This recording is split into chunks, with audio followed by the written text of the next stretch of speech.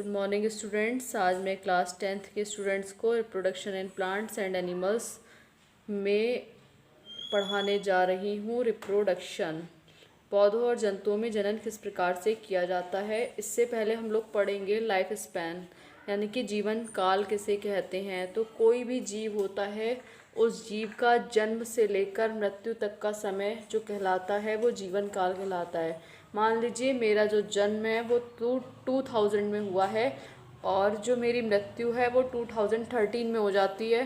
तो 2000 से लेकर के 13 के बीच का जो समय है, यानी कि 13 ईयर्स, वो क्या कहलाता है, जीवन काल कहलाता है। ओके, नेक्स्ट आता है आपका रिप्रोडक्शन।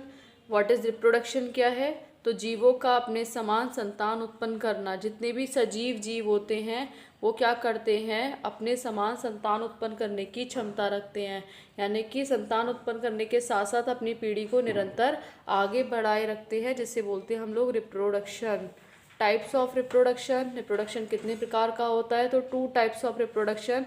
रिप्रोडक्शन 2 प्रकार का होता है, असेक्सुअल रिप्रोडक्शन अलैंगिक जनन, दूसरा होता है सेक्सुअल रिप्रोडक्शन लैंगिक जनन। ओके, इससे पहले हम थोड़ा सा बेसिक पढ़ ले। विभिन्नता किसे कहते हैं, यानी कि वेरिएशंस। तो आपको पता होना चाहिए कि इसमें क्या होता है, 2 जनकों की आवश्यकता होती है, मेल और फीमेल।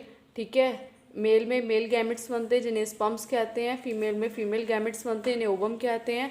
स्पर्म्स और ओवम मिलकर के जाइगोट का निर्माण करते हैं, जाइगोट से एम्ब्रियो का निर्माण होता है और एम्ब्रियो से चाइल्ड का निर्माण होता है।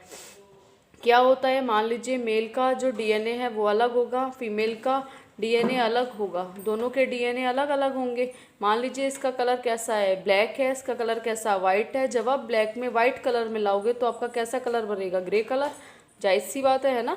तो मेल का जो कलर है ब्लैक है और फीमेल का जो कलर है वाइट है। तो मेरे कहने का मतलब ये है कि जो जाइगोट में लक्षण आएगा वो दोनों का मिक्स होगा, ब्लैक भी होगा एंड वाइट भी होगा, यानी कि एक लक्षण नहीं होगा। तो माता पिता से जो उत्पन्न संतानें होती हैं उनमें कोई ना कोई अंतर पाया जाता है। इसी को क्या कहते हैं, विभिन्नता। ये विभिन्नता कैसे उत्पन्न होती है तो आपको पता होना चाहिए, डीएनए के कारण, क्योंकि इनमें दोनों का डीएनए कैसा होता है, अलग अलग होता है।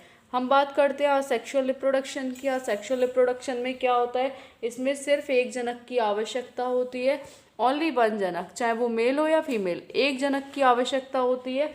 ठीक है, इस जो एक जनक द्वारा नई पीढ़ी का, जो एक जनक द्वारा नई संतान का उत्पन्न करना क्या कहलाता है, अलैंगिक जनन कहलाता है।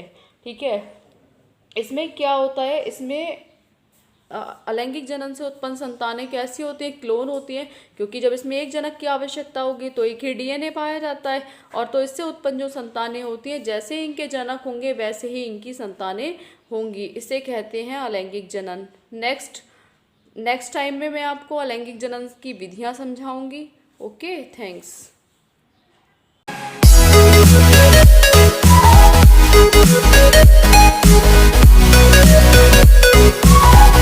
We'll be right back.